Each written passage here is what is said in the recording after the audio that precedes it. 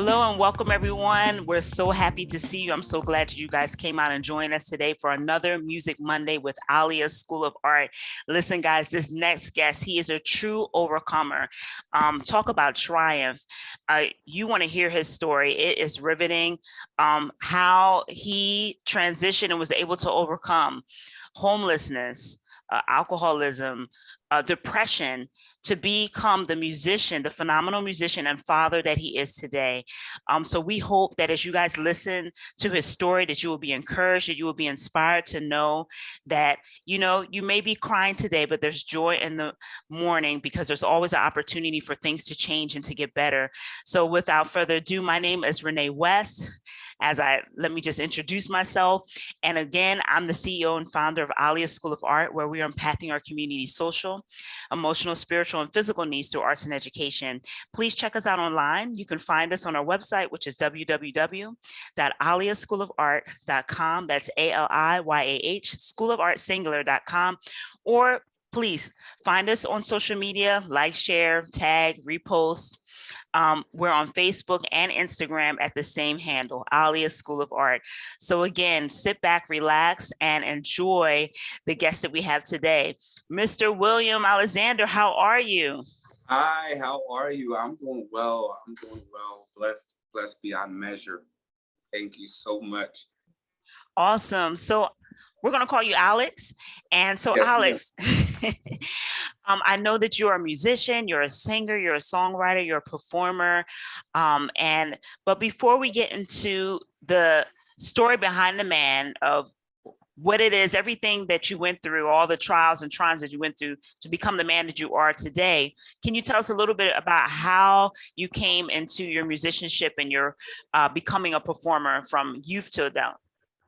Man, well, I started performing.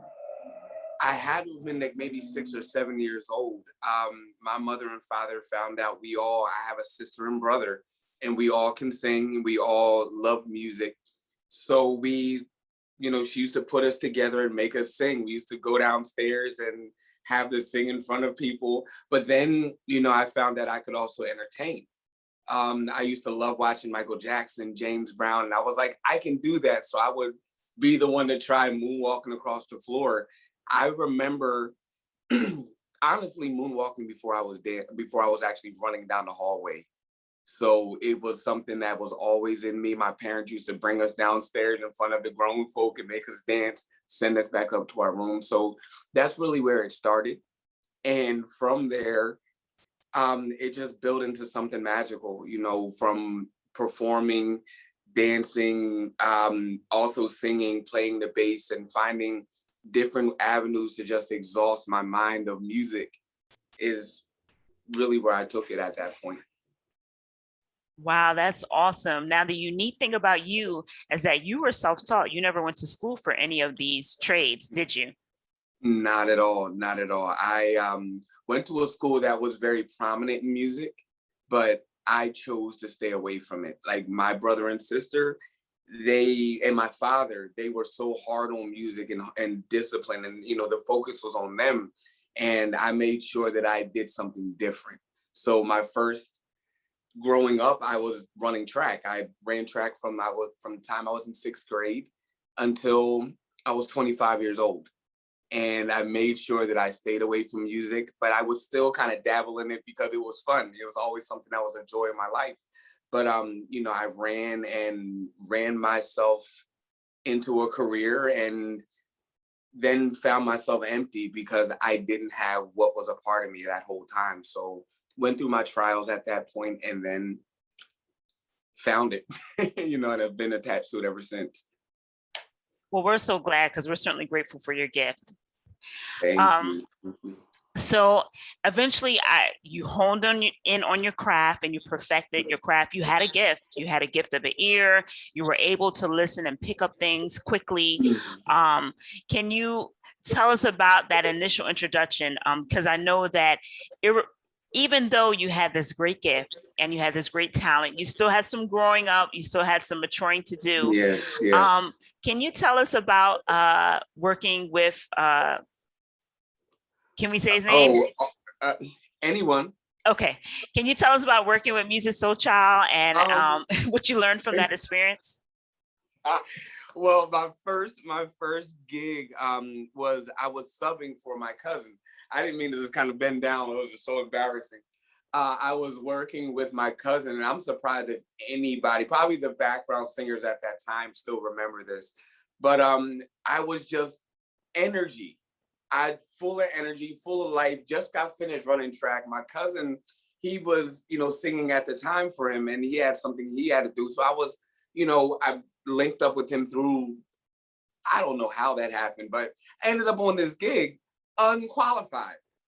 I mean, I knew I could dance, I knew I could perform, I knew I could sing, but I wasn't mature, so I was, overdoing everything. I mean, exhausting myself, and I'm exhausted on the stage at the end of the performance.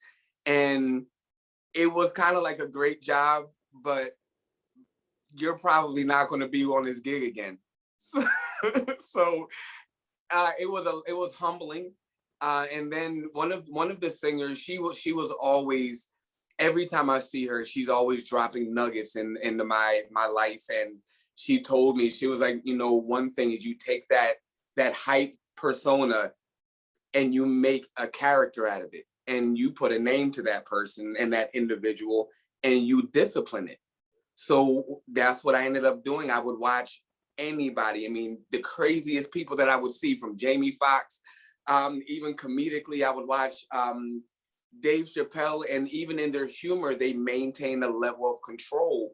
And going through the music scene in Philadelphia, it's cutthroat.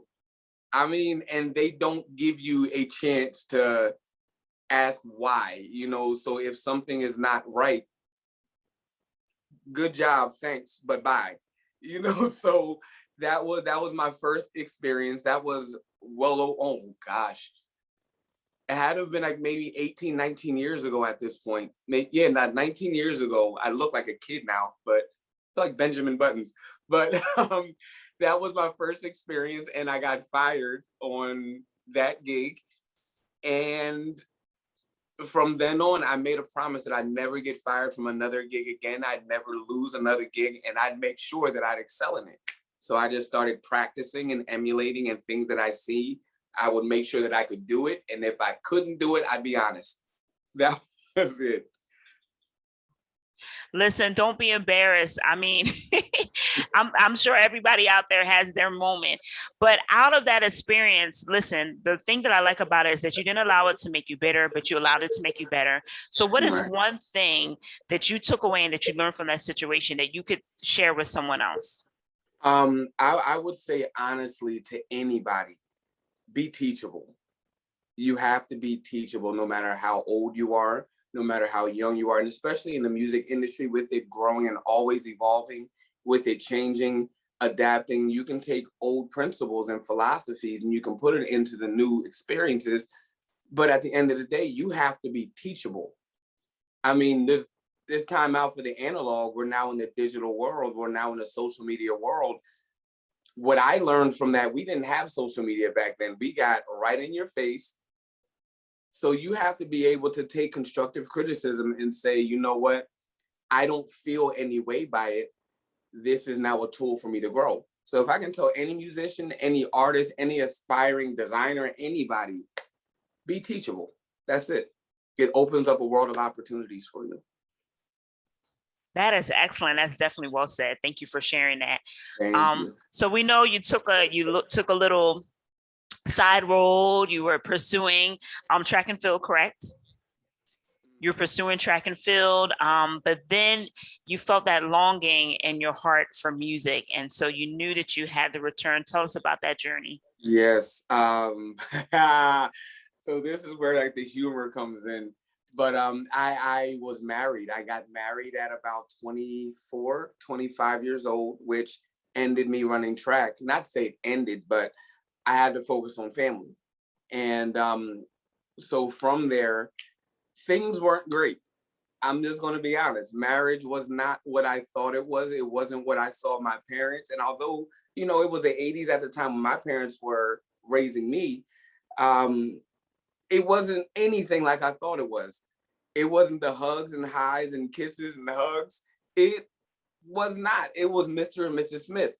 So what I found was sanctity in music.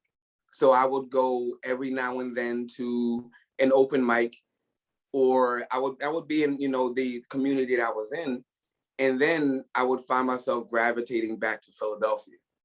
So from Philadelphia, I was working with some musicians. They were saying, "Hey, get on the stage.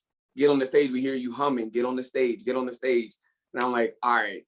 So I finally got back on the stage, and it felt normal.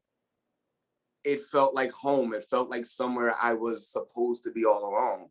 It didn't feel like I was running, the 400 or 200 anymore, but I still had that excitement. I still had that yearning and that desire to really break down everything that I ever knew about music and find something different in my own lane. And that's something that I couldn't put down at that point. So it literally kept me through life, kept me through raising my children. I use music to teach my children now. So it's something that I probably never would put down again. I apologize to the creator all the time. I apologize to Jesus. God, don't ever let me put this down again. Wow, that's beautiful. And I bet, did you write a lot of music during that time? I did. With running, they knew me as being a writer. I was always the one to be writing in a journal, composition book. The new age of laptops. Remember the really thick laptop? I so I used my Pell Grant in college, and I bought my first laptop. I knew nothing about laptops, so I bought the worst laptop possible, and that's what I used it for up until this thing finally just, you saw the spirit leave it. And you're talking about a good 11 years worth of music, writing, poetry, memoirs, experiences. And I wrote it, and I said from that point on, I'll just work on my penmanship. So I would say about 24 full composition books of just nothing but writing, scribbling, ideas, thoughts, music, shapes, making this sound like this, like it's all there. And it keeps you up all night, but the beautiful thing is writing it all out. That is beautiful. Oh my goodness. Well, Yes. you mentioned something which I think will allow us to segue into the next part of your story, but it's that challenge of all artists, not just musicians, but the challenge of balancing family, children.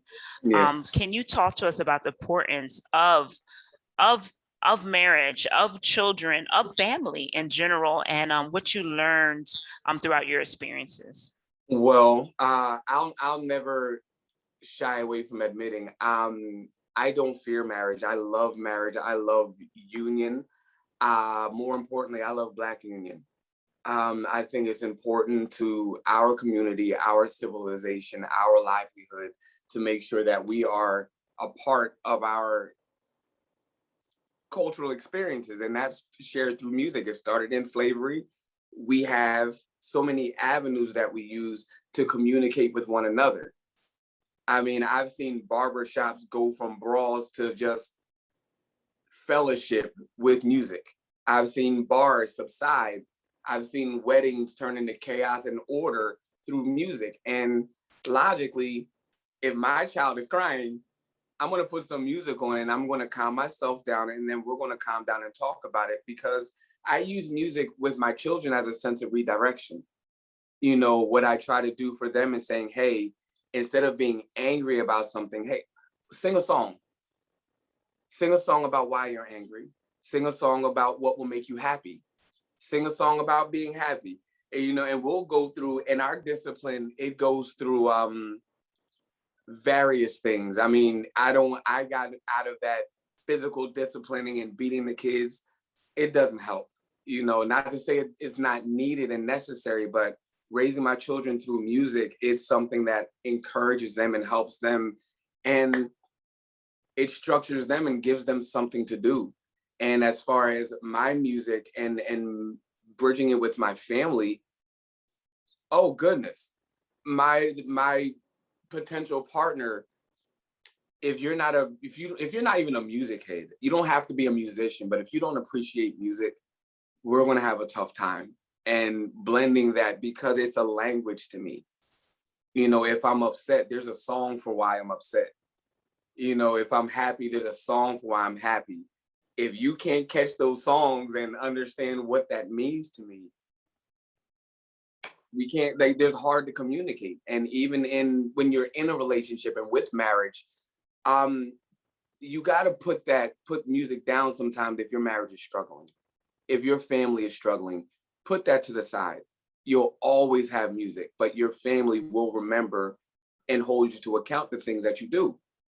So your responsibility, if you're in, whether married or single, divorced, or have children, they're first. And that's your first ministry. That's your first instrument. That is your first design when you have them. Because if not, they're going to come to you and they're going to fairly assess you. That's it. So take that as seriously as you take your music. Wow, that is really well said. I'm so glad that you said that. Oh, man. I'm so glad that you said that.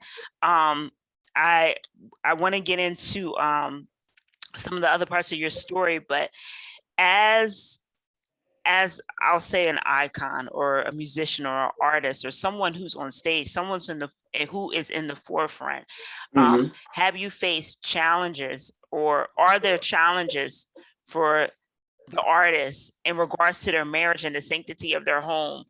Are there challenges out there? Oh, absolutely. I mean, one thing that I've learned, I mean, I work in now covered in corporate band. I mean, I have a dominant band that I have, and probably a dozen others that between the East Coast, all the way up from New York to Florida, that, you know, touch base on, come to visit, got a gig. But one of the challenges is the responsibility of home. And I'm single, you know, my children are here often, but my responsibility, even with my desire to be married, for example, is to be home. So after gigs, I'm disciplining myself to come home, because I want my wife to be secure and comfortable and trusting that she's number one in my life. Not, you know, my music is me, but she's number one in my life. My children are number one in my life. So I look forward to coming home to them. And when I'm done a gig, even through gigs, like rest, taking a breather, I'm thinking about home, you know, because if I think about the woman that's trying to get to me, then she's going to find a way in. You know, like you because you don't spend the time focusing on home and focusing on what's important and wanting to be home, you know, you'll find your sanctuary in a hotel room, or even on the dance floor, or even on the stage, and you'll lock eyes with the things that you probably desire at home, but you haven't said anything because you don't structure your home. So, you know, I just made it a point to say, hey, when I leave for a gig, there's no mess. My cat's fed, you know, my children are well, you know, my cat's that's my homie. Her name is Zen Hildy. Everybody knows Zen, that knows me knows Zen. But you know, I make sure she's fed, make sure that my house is clean, had to get back in the habits of making my bed again, you know, things of consistency. So when I go to a gig and I come home, I can decompress, so that when I'm in a marriage or in a relationship, it doesn't require me being away from home to decompress, where she's there. Or if you're, you know, of any stature, whoever your partner is, they can welcome you in and look forward to you being home as much as you want to be there. So I had to really redesign my life that way. Like, I used to hate being home. I was nomadic. I was homeless with a job. Like, I was homeless, like, because I couldn't get my mind around being comfortable at home. And it shook me up for a while. So I had to really go back in to what was important, put music down, at not necessarily as my never again theology, but it's not a priority right now. I can do this. I'm getting paid to do this. My importance now is restoring my family and restoring my home, and the belief and principles that I had within me to see family established. I have a legacy for my kids. I want to see that established. I wanted to be able to, love on a wife and be able to say, hey, she's true and genuine, and what my principles are being shown to my children. And she sees that, and she can now teach my children what it is that I'm doing, because I can't always explain everything right. So she can say, hey, this is why he's walking this way or maneuvering this way. Pay attention. But my focus has to be at home. Otherwise, she can't tell that story. Wow, this is so powerful. I hope you guys are listening. And I Sorry. don't know how many. I have a thing about family, man. I'm sorry. Listen, I'm just thinking to myself, I don't know how many interviews you guys are going to find where artists, professional artists, would be so blunt and so straightforward with integrity and character. So I applaud you. Oh, I applaud you. Thank you. So that allows us to transition, and I can't believe it, we're almost out of time, but that allows us to transition into, now tell us now, you're pursuing your career, and then through a series of events, you wind up homeless. There was some alcoholism, there was some depression, there were some heavy things that try to hit you and take you out, but Sure. all thanks be to God, you were able to overcome it. Can you tell us about that and how that affected your profession as an artist? Oh, I mean, it was the most humbling experience ever. Let's start there. I mean, I won't go into too many details, but you realize how much a hug saves your life. You know how much a stranger, and you really have a concept on family when they're not there, when you need them most. So my mother died in 2018, and it was a lot of things. I wasn't able to see my oldest daughter again. 2 weeks later, my mother died. And that was like, I'm not a mama's boy. Everybody's, like I said, not a mama's boy, but I had that language with my mother. She always understood me. She never lied to her. Well, I lied once, and I came back and told the truth. I mean, I came back crying, and I was an adult. I was a full-fledged adult. And, we just always had that bond. So when she passed away, I didn't have that, similar bond with my siblings nor with my father. So they were able to heal together. And I'm out in this world. Like, I don't trust anybody. This is dark. I hear noises. There's nobody here. And I got to raise my kids. I'm taking my anger out on my kids. I didn't feel safe anywhere. So I go back home. I had a four-bedroom home, 2.5 bathrooms, and walked out of the home. I mean, just walked out as if I'm going to work, and never walked back into that house. And I'm just walking around. Sometimes I would sit down and it would feel like a day. And I would find myself resting and sleeping. And then about 3 weeks later, I was like, oh my God, I'm homeless. And at that point, I had to figure out how I can get my stuff. Because at this time, they had my door taped up, and I'm like, I'm thinking that I'm going through life normal, going to gigs normal, whatever the case may be. But I'm also going to gigs drunk. I mean, a liter of whiskey was probably like a bottle of water for me. And, and on top of that bottle, when I'm at home or wherever I was resting, I'm going to wherever gig I'm at, drinking there, and then finding somewhere that's open to find something to drink to put me to sleep. So it went from that to my children's mother saying, like, listen, you're not even healthy enough to raise these kids. We love you enough to protect you from these kids, or protect these kids from you at this point. So I'm like, too proud to go to Alcoholics Anonymous, because I gotta now admit that something is wrong. So I didn't want to go to therapy, didn't want to do anything but continue normal, or what I thought was normal.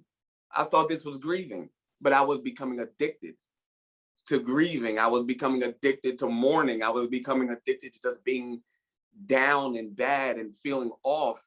And what really snapped me out of it was the fact that I'm sitting there with a cell phone and I'm homeless and I'm talking to a bunch of legitimately homeless people, and I'm on month number 3 out here, and my cell phone rings, and I'm like, all right, my direct deposit didn't come in, and I'm like, I got a whole job and I'm homeless and I'm still doing these things and I'm hiding my it's like an instinctual survival mode out there. Like, I'm hiding base rigs in abandoned garages. My bases are going down in the sewers. Clothes were getting wrapped up in bags and put in, under bridges, not thinking like, this is not how my mom raised me. This is not how my father raised me. And this is not what God designed for me. And I felt like I needed a hug. And this whole time I'm like telling my friend, I'm like, I just need a hug, somebody to hug. I'm scared to be touched though. And at that point, this guy just comes around the corner and he just says, you look like you need a hug. Like, you've been through hell and high water and you need a hug. Do you mind? And looked like he just got off work, like contractor job. And I just broke down in tears and he gave me the biggest hug ever. And I was at the time, I was staying in a basement of my friend's house that wasn't habitable at the time. It's since much better. She got a concept and idea, that is beautiful now. But at the time, it was mold, mildew, but I didn't have the wits about me to try to pay a bill or anything like that. She knew I needed help. So at that point, I went to therapy, and at that point, I just went on a binge of apologies. Like, I'm just wrong in this. Like, this is the bed that I made, and I have to be proud of this. So I went and continued doing music, and music was my 4-hour safe haven. When I went to a gig, I was able to do music for 4 hours and really recollect my thoughts and get some energy to get to tomorrow, to start fighting for tomorrow. I mean, suicide was more than an option. Talking to God and whatever was on me at that time, and making a choice to live and to go to music and go to my children, go to what's important in my life, which is my family. That's what changed my life. And that hug is what did it. It made me feel again. And I put down alcohol. Not to say I don't enjoy a drink, but I can sit here and not need it, and never feel like I'm embarrassing anybody while I'm out. A drink or two, and I'll probably not finish it because the taste isn't there anymore. I asked God to remove it, and it took everything to do it. So I'm thankful, and that's not something I would want to do again. But I can say that God had his way. Wow, that is incredible. I just want to thank you for your transparency and your honesty. I think it's so important that you share your story as you did, because the reality is there's many who have been through it, whether you're a musician or not, but especially in artistry, I find I have my own issues, but I find that it's easy. Especially when you make the art your identity, like you're more than just what you do.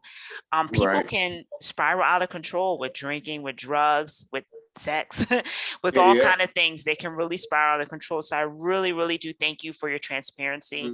I know that and just to recap for those, I know that not only was it loss of family members, loved ones, not being able to see your child, but there was also some false accusations. There was some jail time. Yeah. So it was it was like a combination, of all these things led to a spiral. Absolutely. I mean, you're talking jail time. It was just a lot. I mean, betrayal.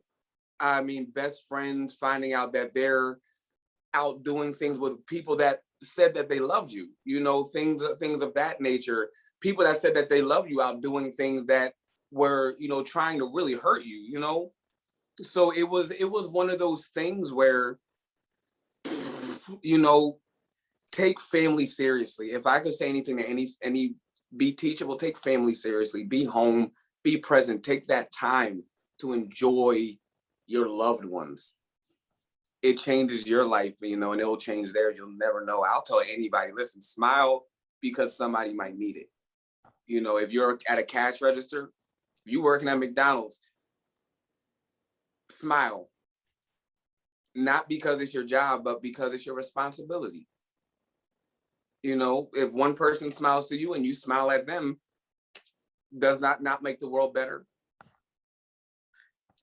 There you go. Oh my gosh. I hope somebody is listening. I hope you're encouraged, and I hope you're inspired to know that, listen, I just want to let you know, if you're listening and you may be going through something similar, that no matter how low your situation may be right now, I just want to encourage you and let you know that there is change on the other side. You don't have to stay where you are. Your life does have purpose. Your life does have value. And we just want to encourage you. Oh my goodness, I can't believe this, but we are almost out of time. And this has been a really phenomenal interview. Wow. Oh my gosh. Yeah. So before we go, I want to get into our Fast Five, by the way. The Fast Five, where we ask you 5 questions. You have 5 seconds to answer. No big deal. Oh, no big deal. Let's go. I love these games. No, I'm excited. I love these games. Be surprised what's going to come out. That's so funny. But before we do, I just want, can you briefly tell us about, now you've been through so much, and I just want to say that I'm proud of you. Aliyah School of Art, we are proud of you, and who you become, and how you triumphed and pushed past all the challenges. But tell us about your new book that you're working on, that will be launched probably maybe this year. Can you briefly tell us about that? Yes, I have been writing, and like I said, I write, and I love to write, and it's actually a combination of a lot of my, I don't want to say memoirs, but also my journaling. And I tend to just go off on my journaling. So it's become a lot of truths about my life, and also I found about, Black men that endure suffering in this life, and we suffer in silence. And from church to family to home to fathers being out of the home to fathers being in the home but absent in the home. So I've touched base. It's called the Frankenstein effect. My goal is to release it November 2nd, 2021, finally. But I've literally have been writing this book for about 10 years, 11 years. I mean, we're talking about thousands of pages of truth, and I let my father read portions of it. And it's life-changing. It's life-changing, and it wasn't meant to attack anyone. It's not meant for right or wrong. It's just life. Life happens, things happen, and we're responsible for those things moving forward. Like, you can't hold on to these things. Pastor may have done this, you may have accidentally found yourself in a place you shouldn't have been. I won't blame anybody, but what do you do next? What's your responsibility next? You can go down a long path of suffering, or you can choose tomorrow. Whatever happened, it does hurt. Fear causes it to stay there. And that, in my memoir, at the end of it and towards the end parts of it, it's about breaking through. Fear has ravaged the Black community. Fear has ravaged Black men, to where we suffer with violence, we suffer in silence, we suffer with abandonment. It's time to bring these people back together. And through that, this book is really just a tell-all, just to show men that it's okay. It's okay to feel things. Don't base your feelings on everything, but it's okay to feel things. It's okay to say something. It's okay to say that's wrong, and even down to judgment. We're taught our whole lives that we're not supposed to judge, but how can I call you friend?